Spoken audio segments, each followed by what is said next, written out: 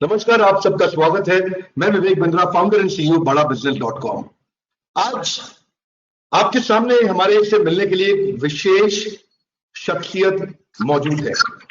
Ramesh Agarwal ji, Agarwal packer movers, APML। Agarwal packers movers limited किसी introduction का मोहताज नहीं है, पर फिर भी मैं क्विकली आपको शेयर करूंगा। 1 रुपए से शुरू किया हुआ बिजनेस आज घर घर तक पहुंच चुका है पूरे देश में। 6,500 एम्प्लॉइज के साथ काम करते हुए 125 इनकी खुद की ब्रांचेस हैं इंडिया में। 1250 लोकेशंस में लगभग काम कर रहे हैं। Limca book of world record में 7 बार आपका नाम आ चुका है और लगभग 20 लाख मकान की शिफ्टिंग या ऑफिस, फैक्ट्री, मकान कुछ भी कह लो, हो चुका है। रमेश अग्रवाल जी, आपका बहुत बहुत स्वागत है सर। कठिन दौर है, कठिन परिस्थितियां हैं। आपके बिजनेस का भी बहुत नुकसान हुआ होगा। इस समय आपके बिजनेस की आपका लगभग 90% का मार्केट शेयर, सबसे बड़ा मार्केट शेयर है।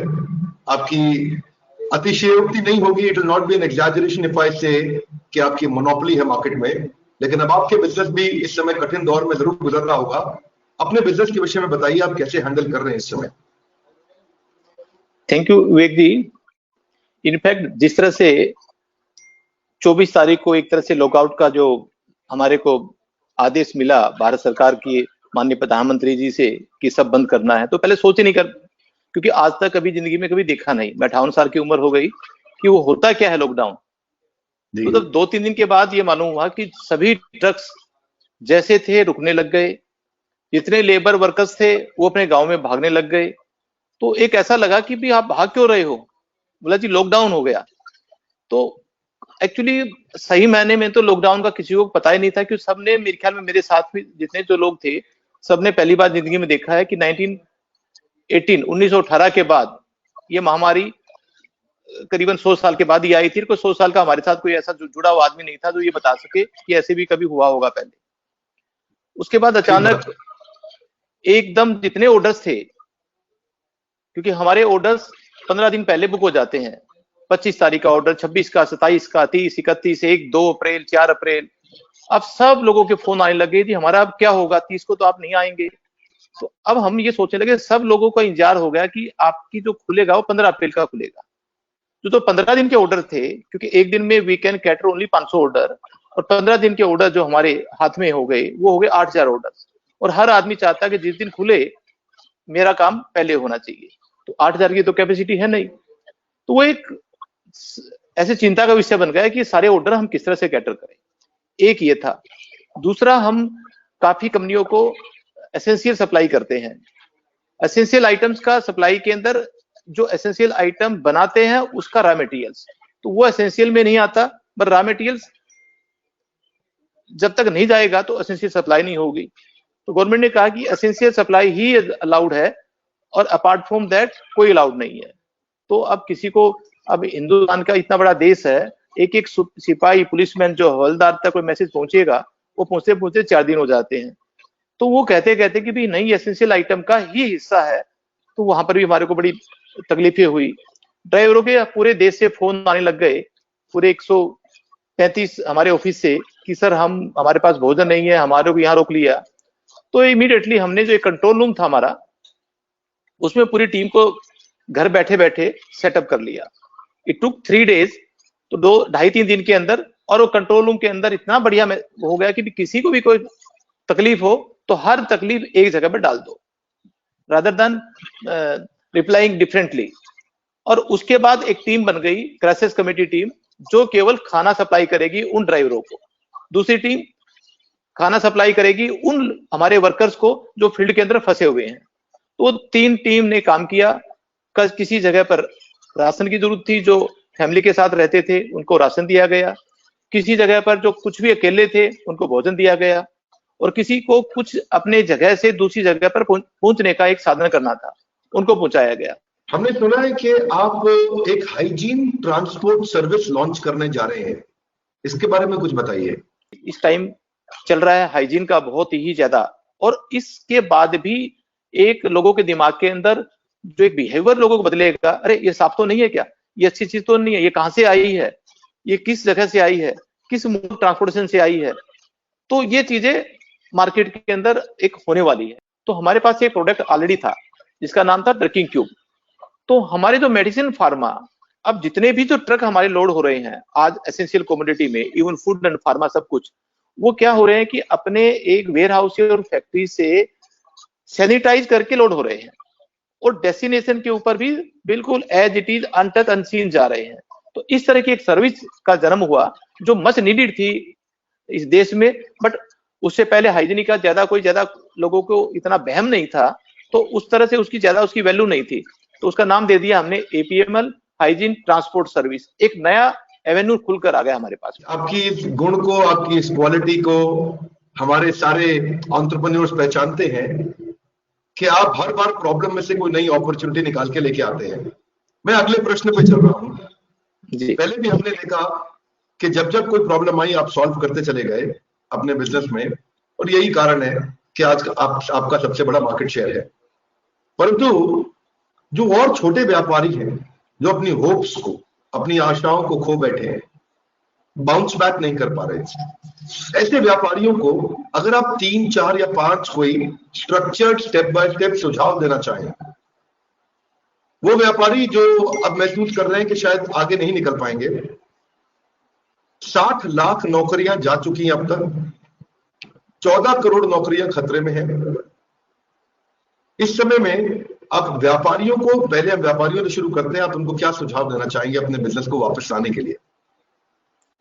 एक बहुत पहले का जमाना था, आज से यदि हम सतयुग की बात करें, जिस महाराजा अग्रसेन जब उसका राज था, तो उन्होंने एक कहावत कही थी कि एक यदि व्यापारी अच्छी तरह से सक्षम है तो उस व्यापारी को दूसरे को खड़ा करना चाहिए। तो आज वो जो नॉन कम्पीट क्लास का जो जमाना है वो खत्म हो गया। इस कोरोना, पोस्ट कोरोना, अब कई बार कहते हैं ना कि अपनी इतने साल पहले ऐसा होता था, तो अब हम भूल जाए कोरोना से पहले क्या होता था, कोरोना के बाद क्या होगा। ये सब कुछ बहुत चीज बदलेगी, लोगों के बिहेवियर बदल जाएंगे, लोगों के एक दूसरे को सहायता करने के नजरिए बदल जाएंगे।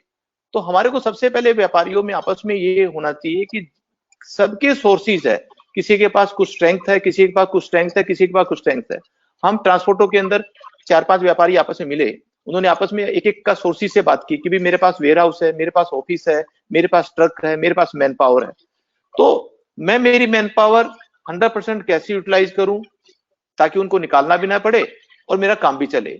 ताकि सपोज करो मेरी मैन पावर 25% फालतू हो गई, तो दूसरे के पास मैन पावर की शॉर्टेज थी मगर उसका वेयर हाउस ज्यादा है, तो हम सबको मिलकर कॉमन प्लेटफॉर्म पर बैठकर ये सोचना पड़ेगा कि मेरा कोई कंपटीटर नहीं है, हम 4 आदमी मिलेंगे तो हमारी ताकत अच्छी बनेगी। तो आज के दिन जितनी भी एसएमई है वो अपने छोटे छोटे, बड़ा ग्रुप तो नहीं मिल सकता, 4 आदमी 5 आदमी सिमिलर माइंडेड वाले, लाइक माइंडेड वाले आपस में बैठे, मिले और अपने अपने सोर्सेज, जो रिसोर्सेज उनके पास अवेलेबल है वो एक जगह पर रखे और वो सारे मिलकर इसको शेयर करें। शेयर करने के बाद उनकी ताकत 4 गुनी बढ़ जाएगी, वो छोटी एसएमई नहीं रहेगी, वो बड़ा एंटरप्रेन्योर दिखाई देगा। तो इस तरह से जो उनकी वेस्टेज है कहीं ना कहीं दूसरे के लिए यूटिलाइज होगी। तो एक तो बहुत बड़ा साधन ये है, तो हमारे को इस तरह से वहां से निकलना पड़ेगा। अब कंसोलिडेशन का जमाना आ गया, 5 आदमियों को मिलना ही पड़ेगा, ये मान के चलो सर, एज पर माई कैलकुलेशन। दूसरा, हम कोरोना से पहले हमारे अलग एक विजन पेपर था कि हम ये एक्सटेंड करेंगे, इस तरह से करेंगे, उस तरह से करेंगे, एक बड़ी कार लेंगे, एक बड़ा घर लेंगे, अनाप शनाप करते थे। वो कोरोना के बाद 6 महीने तक हर व्यापारी का सबसे पहला धर्म है कि मैं व्यापार बचाऊं, क्योंकि व्यापार बचा तो उसके 20-50-100 कर्मचारी भी उसके साथ जुड़े रहेंगे। तो उनको बचाना है कर्मचारियों को, तो व्यापार बचाना है। व्यापार बचाने के लिए उसको सबसे पहले क्या करना पड़ेगा, उसको अपनी व्यक्तिगत प्राथमिकता खत्म कर देनी पड़ेगी। उसको भूलना पड़ेगा कि आज मैं कोई नई चीज का जो सपना लिया था या कमिट किया था बच्चे को या वाइफ को, वो एक बार भूल जाए। जो कार है उसमें काम चलाए, जो कैश फ्लो है उसमें काम चलाए, तो कोई भी कैपेक्स के ऊपर कोई खर्चा ना करे, कम से कम एटलीस्ट 6 महीने के लिए, क्योंकि वो खर्चा उसको हमेशा से देगा, because he has to be role model. जब वो अपने घर में खुद ही अपने आप को ऐसा करेगा तो उसके बच्चे भी इसका फॉलो करेंगे, उसके एम्प्लॉय भी इसका फॉलो करेंगे। तो one is very essential as on today कि वो अपना एक सिंपल सा लिविंग जो हम हमेशा कहा करते थे सिंपल लिविंग हाई थिंकिंग, वो कहावत होती थी, मगर आज वो प्रैक्टिकल उनको अपने आप में ढालनी है खुद के अंदर, वो एक धैर्य की जरूरत है। और इस तरह से किया तो 6 महीने का दौर है। 6 महीने के बाद हिंदुस्तान 2035 में सोने की चिड़िया कहने वाला था या वर्ल्ड पावर बनना था, वो आज मैं कहता हूं कि 2024 में ही वो बन जाएगा। 2024 में जो जिस तरह की आज विपदा आई है पूरे वर्ल्ड के अंदर, इसके अंदर केवल सबकी नजरें भारत के ऊपर है, क्योंकि वर्ल्ड के अंदर सबसे बड़ी मैन पावर है, संख्या वाला देश है तो इंडिया है, ऑनेस्टी है तो इंडिया में है। पर उन सबको एक चीज की कहीं ना कहीं थोड़ा सा उनके लिए मन में शंका है कि जो लेबर लॉ है हमारे, वो ऐसे टाइम के ऊपर जो भी सरकारें रही होगी उनके कारण उनको इतने पेचीदा बना दिए कि वर्ल्ड के अंदर किसी दूसरे देश वाले को समझने में बड़ा टाइम लग रहा है। वो आना चाह रहे हैं 99%, पर ये लेबर लॉ के बारे में जानते ही उनके पांव रुक जाते हैं।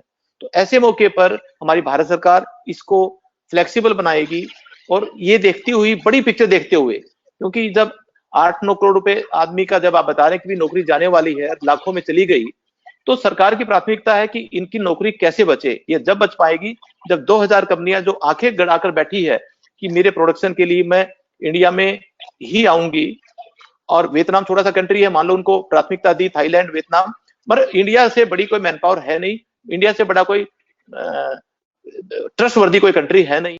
कुछ आखिरी शब्द मोटिवेशन के अगर आप शेयर करना चाहें कि कैसे लोग अपने आप को मोटिवेट करें, कोई सुझाव देना चाहेंगे आम जनता को?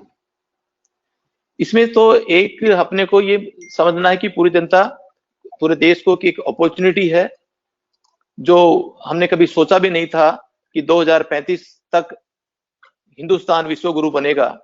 वो मैं आज ये कह रहा हूं आपके माध्यम से कि 11 साल पहले 2024 में विश्व गुरु बनने जा रहा है। 11 साल पहले तो कितना बड़ा, मतलब ठीक है एक दुख की घड़ी है जिसके अंदर हम सबको तकलीफ में है, मगर हमारा भविष्य बहुत ही बहुत सुंदर है। और जब विश्व गुरु मेरा देश बनेगा तो मेरा हर नागरिक, हर आदमी, हर मजदूर, हर उसमें रहने वाला वासिंदा, उसको डेफिनेटली अपने आप में खुशी होगी, क्योंकि जब मेरा देश विश्व गुरु है तो मेरे को भी I am proud to be say कि मैं उस कंट्री का आदमी हूं जो विश्व गुरु है। ये एक बहुत बड़े अच्छे लेसन है हमारे।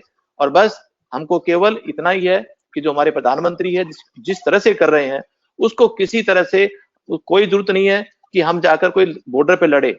हमको तो एक ही काम करना है, उनकी इच्छा की पूर्ति के लिए। हमारे जो वर्किंग आवर्स है, जो मैं एक आदमी का रिसोर्सेज क्या है, वो मेरे वर्किंग आवर्स है, जो मैं 6 घंटे करता हूँ, 8 घंटे करता हूँ। आज मैं उसको 8 की बजाय 10-11 दिन रात करके ऐसी शक्ति दूं देश को, और इस तरह का ऐसा महसूस करूं कि जिसके कारण मेरे देश में, जैसे जापान के अंदर है, मैं जापान की कार्य प्रणाली को आज इंडिया में मैं देख रहा हूं कि वो हमारी लागू होगी। उसको यदि लागू हो गया तो हम बहुत पहले ही, 11 साल पहले ही विश्व गुरु बनने जा रहे हैं। ये सबसे बड़ी खुशी है, और इस खुशी के पात्र मैं अकेला नहीं, पूरा देश होगा। धन्यवाद, थैंक यू वेरी मच। तो ये थे हमारे साथ श्री रमेश अग्रवाल जी, और इनके और वीडियोस अगर आप देखना चाहते हैं तो हमारे YouTube चैनल पे आ सकते हैं, बड़ा बिजनेस मोबाइल एप्लीकेशन को डाउनलोड कर सकते हैं, वहां भी आपको इनके वीडियोस मिलेंगे। Ramesh Agarwal ji, you are a true inspiration. आपको बहुत बधाई और धन्यवाद देना चाहता हूं कि आपने कई लोगों तक, हजारों लाखों लोगों तक अपने इस मैसेज को पहुंचाया, और आपके इन वर्ड्स ऑफ विजडम, इंसाइटफुल जो डिस्कशन अभी आपने अपना दिया, उम्मीद करता हूं लोगों को इससे पूरा लाभ मिलेगा। धन्यवाद रमेश जी, आज आने के लिए, अपना समय निकालने के लिए, हमारे साथ जुड़े रहने के लिए आपका प्रेम पूर्वक बहुत बहुत धन्यवाद। Thank you, thank you, thank you, सबका आभार।